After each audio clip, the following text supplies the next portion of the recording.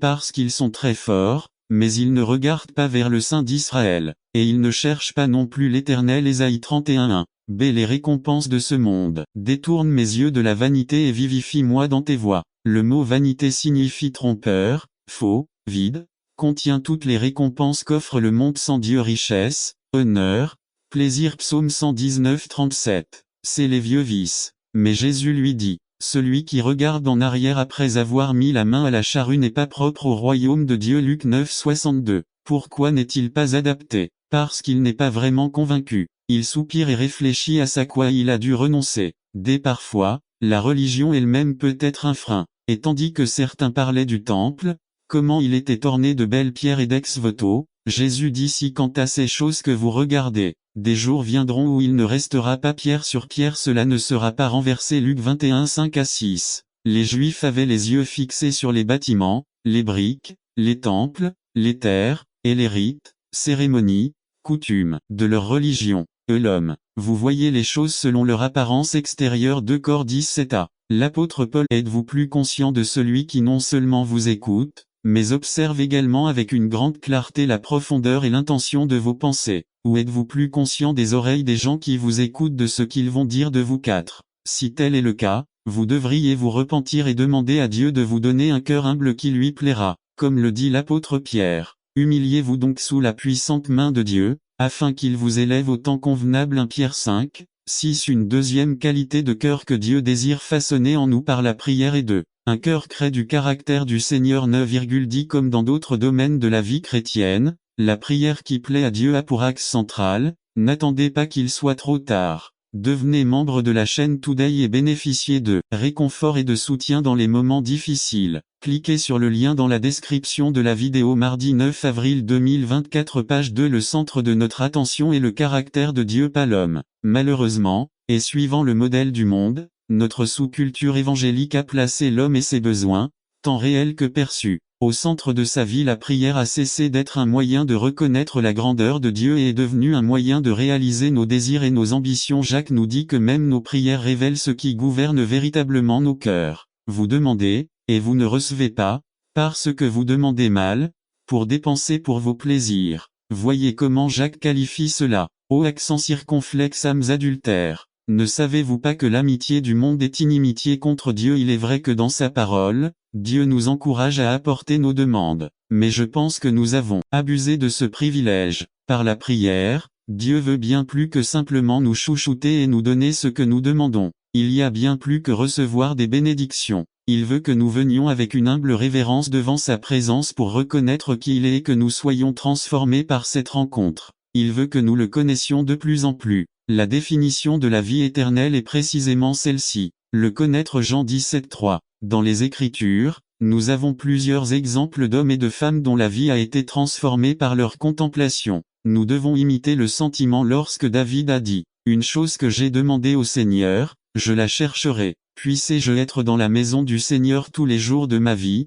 pour contempler la beauté du Seigneur et m'informer dans son temple. Psaume 27:4. S'interroger signifie considérer, contempler, réfléchir profondément sur quelque chose. C'est exactement la puissance et la merveille de la prière, non pas tant pour que nous puissions recevoir, mais pour que nous apprenions à mieux connaître Dieu. En priant, nous entraînons nos sens spirituels à reconnaître la grandeur de la présence du Seigneur. Beaucoup d'entre nous ont appris que lorsque nous cherchons à faire la volonté de Dieu, nous devons prier. Et c'est totalement vrai. Je souhaite juste affiner cet enseignement. Nous prions, non pas pour que Dieu nous dise ou nous confirme d'une manière ou d'une autre ce qu'il veut, car c'est à cela que servent les Écritures, mais pour qu'en le contemplant nous puissions mieux le contempler et comprendre la meilleure façon de faire sa volonté. C'est ce que signifierait fenêtre du ciel et déverse sa bénédiction sur cette œuvre jusqu'à ce qu'elle déborde. Que le Seigneur nous bénisse avec un nouveau peuple pour le Christ, avec de nouveaux ministères, avec un amour attachant et une unité incassable, avec des disciples transformés, avec une soif et une faim de la parole de Dieu, avec un esprit de persévérance dans la prière et avec un cœur sincère dévotion à adorer Dieu en esprit et en vérité.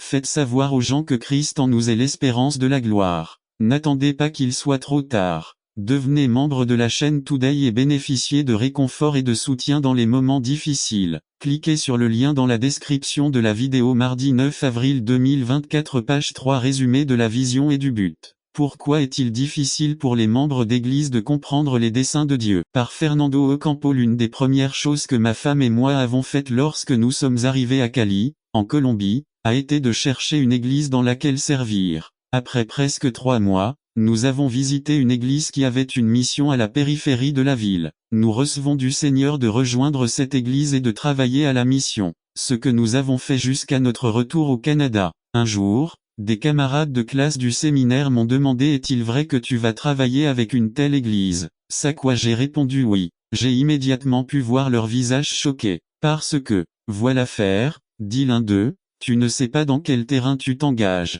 C'est l'église la plus compliquée de Cali. Il n'a pas fallu longtemps pour réaliser que c'était une église difficile et méfiante. Mais là, Dieu nous appelait à servir. Frère, il est tragique que le témoignage de l'église du Seigneur soit présenté comme problématique. Pourquoi ces choses arrivent-elles au peuple du Seigneur? Pourquoi est-il difficile pour les membres d'église de comprendre les desseins de Dieu? Lorsque l'église commence à adopter ce type de comportement, c'est avant tout parce que ses membres empruntent le mauvais chemin de la vie chrétienne. La deuxième raison est que les membres se sont éloignés de la perspective biblique de la vision et du but de l'Église, et ils ont emprunté la voie du non-conformisme, des plaintes et des attitudes puériles, ignorant la souveraineté de Dieu et entravant ainsi le dessein de Dieu pour l'Église. Les deux sont mortels pour la santé et la croissance de l'Église. Pour résoudre tout cela, l'Écriture souligne un seul point essentiel sur lequel l'Église doit se concentrer: Jésus-Christ. La vision et le but de l'Église,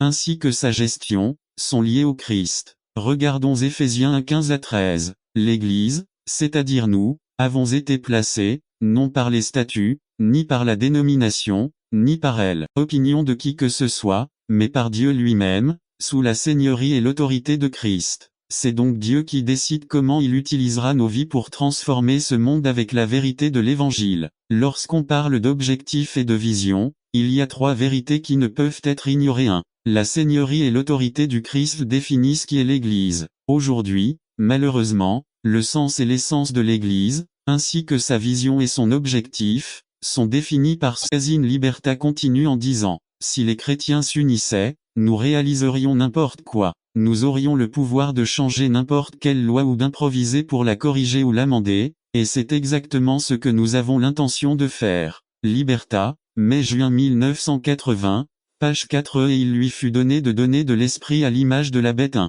Apocalypse 13 15 2. L'esprit est égal à caractère A. Dans l'histoire de Jean et Jacques, Jésus leur dit: de quel esprit pensez-vous que je suis? B. L'esprit ou le caractère de la première bête est donné à l'image, et le résultat est la persécution. 3. Parler désigne le pouvoir législatif. Législatif des États-Unis. 4. Fera l'affaire signifie que la force sera imposée, de sorte qu'ils devront se conformer à ces nouvelles lois. F. La dernière nation. 1. Apocalypse 17 10 2. Cela continuera pendant une courte période. N'attendez pas qu'il soit trop tard. Devenez membre de la chaîne Today et bénéficiez de réconfort et de soutien dans les moments difficiles. Cliquez sur le lien dans la description de la vidéo. Mar 9 avril 2024 page 3. Cette nation doit se tourner vers Dieu. 2 Chroniques 7, 14. N'attendez pas qu'il soit trop tard. Devenez membre de la chaîne Today et bénéficiez de réconfort et de soutien dans les moments difficiles. Cliquez sur le lien dans la description de la vidéo. Mardi 9 avril 2024 page 4. Ceux qui ont perdu. Résumé. Un sermon qui examine certains personnages bibliques qui ont perdu le combat.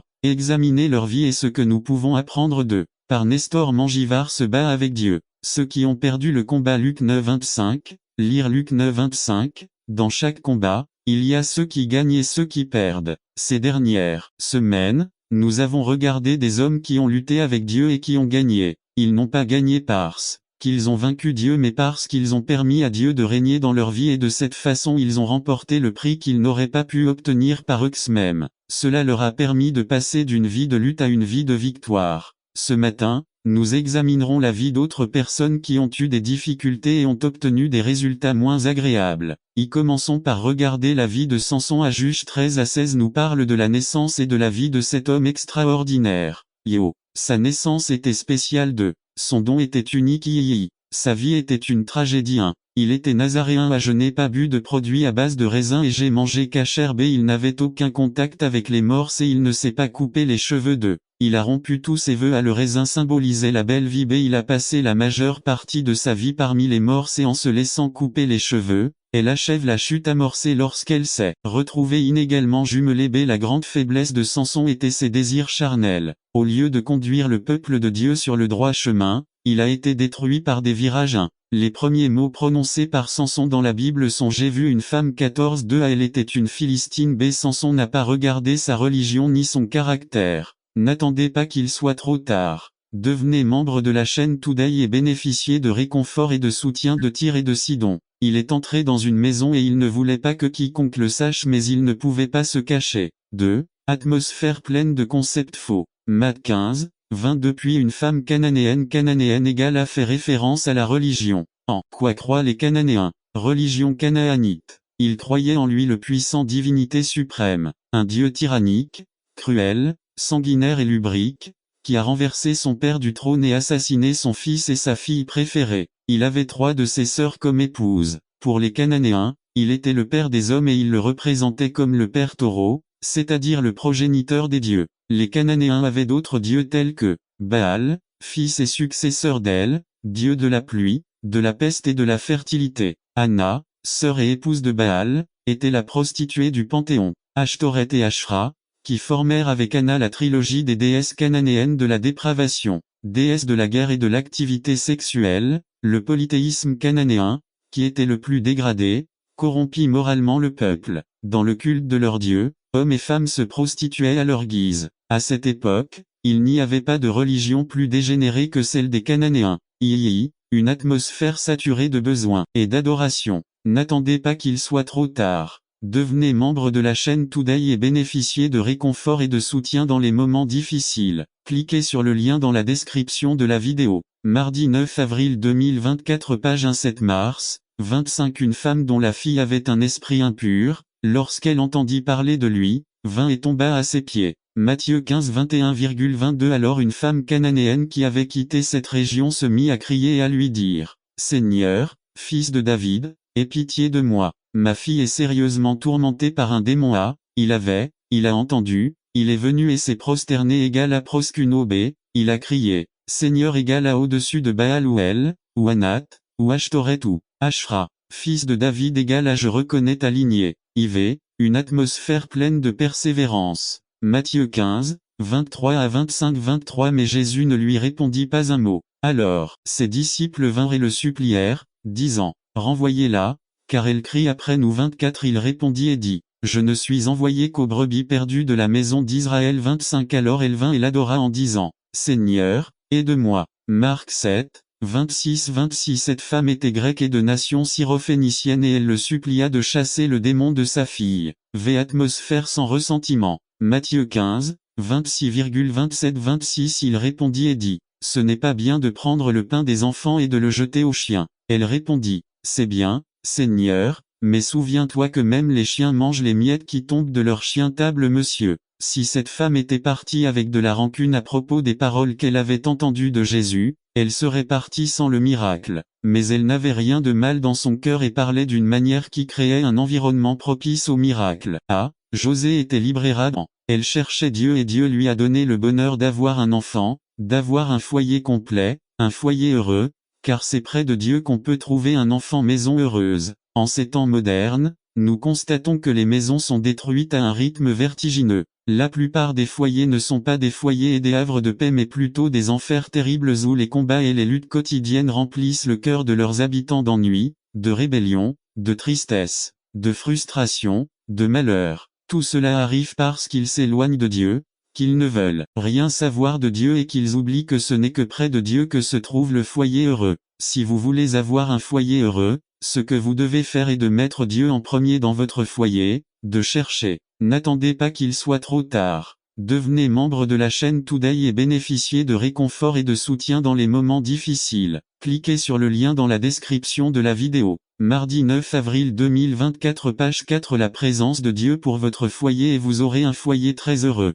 Conclusion 1. Reproduction ou récapitulation. Dieu nous invite à le chercher, il dit dans sa parole. Cherchez-moi et vous me trouverez si vous me cherchez de tout votre cœur. Si nous recherchons Dieu, il pourvoira à tous nos besoins car le travail réussi se trouve près de Dieu. Si nous recherchons Dieu, il pourvoira à tous nos besoins car près de Dieu se trouve la nourriture en abondance. Si nous recherchons Dieu, il pourvoira à tous nos besoins car près de Dieu se trouve une maison âme, dans le sexe, dans le travail, dans les possessions, dans vos propriétés, dans vos enfants, dans votre femme, chez les gens qui t'aiment, chez ton petit ami de. Peu importe si vous êtes venu à Christ dans le passé, nous aussi devons nous tourner encore et encore vers le Christ, la fontaine d'eau vive. Christ confronte le pécheur avec son péché. 15 à 18 à Christ connaissait le passé de cette femme. Cela la déconcertait complètement. Imaginez qu'un étranger s'approche de vous et vous raconte tous vos péchés. Christ devait faire comprendre à cette femme que même si elle avait été gênée par 5 hommes dans le passé, elle était responsable de ses actes. Elle vivait dans l'adultère et il fallait y faire face. Nous sommes des gens qui souffrent dans un monde déchu. Cependant, nous sommes responsables de la manière dont nous réagissons aux circonstances. Cette femme a dû l'apprendre. Dès dans sa grâce, Dieu nous montre nos péchés, mais aussi dans sa grâce il nous pardonne. Je ne vous condamne pas non plus. Et nous pouvons l'approcher avec confiance parce que Jean 3,17 Dieu n'a pas envoyé son Fils dans le monde pour condamner le monde, mais pour que le monde soit sauvé par lui. Conclusion: cette femme rejetée et pécheresse a été sauvée ce jour-là. La nécessité pour le Christ de passer par la Samarie était claire non seulement pour sauver la femme, mais aussi pour atteindre avec son témoignage beaucoup d'autres personnes rejetées davantage de Samaritains. Vr 39 Avez-vous connu Jésus-Christ comme le sauveur de votre vie? Pouvez-vous dire qui sont ces gens? Nous savons que c'est le sauveur du monde. N'attendez pas qu'il soit trop tard. Devenez membre de la chaîne Today et bénéficiez de réconfort et de soutien dans l'élément ou intellectuellement, mais notre dépendance totale à l'égard du Seigneur. Reconnaissez que nous sommes nous-mêmes insuffisants et que sans le Seigneur tout serait impossible. Il n'a pas confiance en lui. Proverbe 3, 5 à 10 Reconnaissez le Seigneur dans tout ce que vous faites. Voir 6.3 Consultez le Seigneur au sujet de votre avenir. Médecine bénéfique pour l'âme. Voir 7 à 8. Jacques 4, 13 à 17 4 Tout ce qu'il possède, il en dispose au service du Seigneur. Bénéfice que Dieu fournira en abondance. Voir 910 Il pouvoir de l'intégrité. L'intégrité, c'est être complet, c'est avoir une seule moralité, ne pas avoir une double vie, ne pas servir Dieu et les hommes, c'est vivre comme le Seigneur Jésus-Christ nous demande de vivre. Jacques 4, 4 L'amitié avec le monde est une trahison du Seigneur et c'est partager notre vie avec l'ennemi. C'est tout sauf l'intégrité. 2 Il n'y a pas d'intégrité si notre cœur est divisé en deux. Luc 16, 13 3 Pour être complet, nous devons rester unis au Christ. Jean 15, 3 à 7 Il est pouvoir de terminer ce qui a été commencé. Marc 13, 13 N'attendez pas qu'il soit trop tard. Devenez membre de la chaîne Today et bénéficiez de réconfort et de soutien dans les moments difficiles. Cliquez sur le lien dans la description de la vidéo. 9 avril 2024 Page 1 Une des choses sur lesquelles nous devons nous reposer est le pouvoir de finir les choses. Beaucoup de gens démarrent des projets et les abandonnent inachevés. Notre vie chrétienne a un but et c'est la résurrection du salut, mais pour que cela arrive, nous devons terminer ce que le Seigneur a commencé sur la croix. Marcos nous rappelle qu'il ne faut pas abandonner mais terminer la course. Dans cette course, nous aurons des difficultés. Voir Marc 13 13, 2 Il faut être persévérant et courageux pour gagner. Matthieu 11, 12 3 C'est une guerre qui doit prendre fin. 2 Timothée 4, 6 à 8 4 La racine du fait de ne pas terminer les choses sur lesquelles nous nous concentrons réside dans la double pensée. Jacques 1, 8. N'attendez pas qu'il soit trop tard. Devenez membre de la chaîne Today et bénéficiez de réconfort et de soutien dans les moments difficiles. Cliquez sur le lien dans la description de la vidéo. Mardi 9 avril 2024 Page 2 L'église qui est dans votre maison. Résumé. Non, le groupe de prière ne rencontre pas votre téléphone cellulaire avec l'église qui est dans votre maison. Par Miguel Izcano. L'église qui est dans votre maison. Un devoir oublié. Presque un seul paragraphe de ce verset nous indique que dans la culture juive ancienne et pressante, l'homme ou le responsable de la famille jouait le rôle de prêtre dans la sphère familiale. Aujourd'hui que l'héritage est un peu négligé par la communauté chrétienne là. Le père pense que c'est la responsabilité de l'église. En la enseñanza de las escritura a todos los miembros del hogar un engano que el enemigo está usando muy bien los padres crean que con una hora de estudio bíblico la iglesia va a cambiar los hábitos de sus hijos. No es así todo de comenzar à la maison. Ce sont les aspects qui sont négligés. Une protection physique. 2 guide spirituel. 3 santé émotionnelle. Son séjour avec Paul v 26 à 27 5. Paul l'appelle frère, collaborateur, compagnon d'armes, messager et ministre v 25 6. On pense qu'Épaphrodite a apporté cette lettre aux Philippiens au nom de Paul. B. Leçon de la vie d'Épaphrodite 1. Il s'intéressait sincèrement au bien-être des autres. V 25 à 28. Un ministre, Létourgo Litoros, un fonctionnaire public, un fonctionnaire du temple ou de l'Évangile, un adorateur de Dieu et un serviteur des hommes utilisé par les hommes grecs qui donnaient de leur service, de leur temps et de leurs ressources au bien de la ville. B. Il s'est donné pour servir Paul et ses besoins. Même s'il était malade. Même s'il était malade, il se souciait de l'Église et de ce qu'elle ressentait. V 26 2. Il était sincèrement intéressé par ce qui appartient à Jésus-Christ. V 29 à 30. Paul explique aux Philippiens qu'Épaphrodite n'a pas failli à sa mission. Au contraire, des hommes comme lui devraient recevoir des honneurs. V 29 B. Il était prêt à donner sa vie au service de Christ. V 30 Jean 3 16 à 18. Le véritable amour. Pierre 4 12 à 19. Souffrance pour l'amour de Christ. Nous devons vivre une vie 100% dédiée au Christ et à ses desseins. L'exemple. Son lit, et marcha, et ce même jour était le sabbat. Les Juifs lui dirent donc qu'il était guéri. C'est le jour du sabbat, il ne t'est pas permis de prendre son lit. Leur répondit-il, celui qui m'a guéri, celui-là m'a dit, prends un lit et marche. Alors il leur demanda, quel est cet homme qui lui a dit, prends ton lit et marche. Point. Et celui qui a été guéri ne savait pas que cela l'était, car Jésus avait été transporté loin. Il y a une multitude dans ce lieu. Après que Jésus l'eut trouvé dans le temple, et lui dit, regarde, tu es tout le fait, ne pêche plus, de peur qu'il ne t'arrive quelque chose de pire. L'homme était brisé et il dit aux Juifs que c'était Jésus qui l'avait guéri. Et c'est pourquoi il a obligé les Juifs à persécuter Jésus et à chercher à le tuer, parce qu'il avait fait ces choses le jour du sabbat. Le lépreux dans Matthieu 8 1 à 4 a été racheté et a été rendu pur. Matthieu 8 1 à 4, quand il descendit de la montagne, des foules magnifiques le suivirent. Et, remarquez, un lépreux s'approcha et l'adora, disant, Seigneur, si tu te flétris, tu peux me rendre pur. Et Jésus étendit la main et le toucha, disant, oui, sois propre. Et aussitôt sa lèpre a été nettoyée. Et Jésus lui dit, garde-toi de le dire à personne, mais va, montre-toi au prêtre, et offre le don que Moïse a commandé, pour leur servir de témoignage. La femme au puits dans Jean 4 fut rachetée. Jean 4, 4 à 20, et il doit les besoins, il passe par Samario. Puis il arriva dans une ville des Samaritains, appelée Sichar, près du terrain que Jacob avait donné à son fils Joseph. Or, le puits de Jacob était là. Jésus donc, pour être fatigué de son voyage, s'assit ainsi près du puits, et il était environ la 6e heure. Une femme de Samario vient puiser de l'eau. Jésus lui dit, donne-moi à boire, car ses disciples allaient à la ville pour acheter de la viande. Alors la femme des Samaritains lui dit, comment se fait-il que tu sois, ce que nous faisons nous-mêmes ne purifiera l'impureté de nos vies? La meilleure chose que nous présentons à Dieu continue d'être comme des haillons sales. Ésaïe 64 6 4. L'appel de Jacques doit être compris dans le contexte de l'enseignement biblique sur ce sujet. Nous ne pouvons pas nous purifier, ni vivre une vie purifiée par nos propres efforts. 5. Tout effort pour le faire nous-mêmes se solde par un échec. Partout sur le chemin chrétien, nous trouvons des déchets humains, des vies ratées, des gens qui se sont engagés sur le chemin, mais pensaient qu'ils arriveraient au bout avec leur propre carburant. 6. Toute tentative de nous justifier, de nettoyer quoi que ce soit dans nos vies, de dépendre de notre propre capacité à corriger le péché ou la saleté dans nos vies est vouée à l'échec. 7. Nos actes sont comme des chiffons sales. Personne ne peut utiliser un chiffon sale pour nettoyer et laisser quelque chose de très propre. Dans zone d'activité 3-4, Josué, le grand prêtre, n'a pas lui-même ôté ses vêtements sales, l'ange du Seigneur est venu et les a ôtés et lui a mis des vêtements blancs. 8. Saint Paul nous le rappelle dans Phil 2, 13, car c'est Dieu qui produit en vous le vouloir et le faire, pour accomplir sa bonne volonté.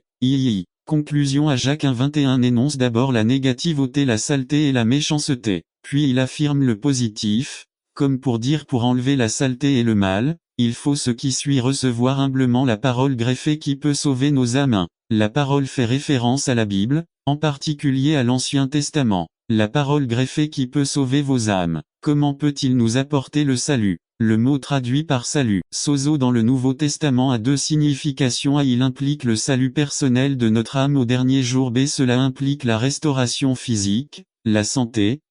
Par exemple, Lorsque la femme qui avait une perte de sang fut guérie, Jésus lui dit, « Femme, ta foi t'a accablée, n'attends pas qu'il soit trop tard. » Devenez membre de la chaîne Today et bénéficiez de réconfort et de soutien dans les moments difficiles. Cliquez sur le lien dans la description de la vidéo. Mardi 9 avril 2024 page 3 qui peut être traduit par ta foi t'a guéri, ou encore ta foi t'a sauvé Luc 8 48 3. Ce que dit Jacques, c'est que lorsque la parole de Dieu est greffée dans nos vies, la parole de Dieu a le pouvoir de nous compléter, le salut éternel et la santé spirituelle et physique dans cette vie. B. James exhorte ses lecteurs à accepter humblement la parole. Cette humilité à laquelle il fait appel est-elle l'antithèse ou l'antonyme du courage, de la colère ou de la rage dont il nous parle en 1, 19, 1. Contrairement à la colère qui ne produit pas la justice que Dieu désire, Jacques appelle, par humilité, à accepter ce que la parole de Dieu nous dit de. Santiago dans cette section nous dit à écouter ce qu'il y a de mieux.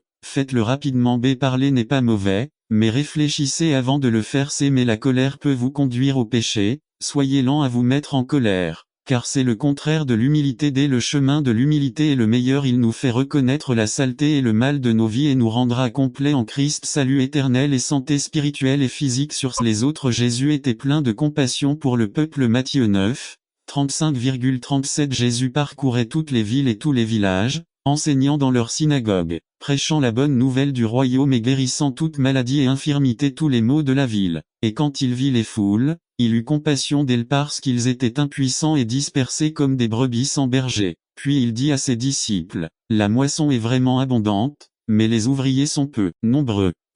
Et enfin, nous devons apprendre à pardonner à Jésus étant Dieu lui-même avec tout le pouvoir de prendre la vengeance qu'il voudrait pardonner. Pendant que vous êtes sur la croix, regardez ce que dit Jésus dans Luc 23-24.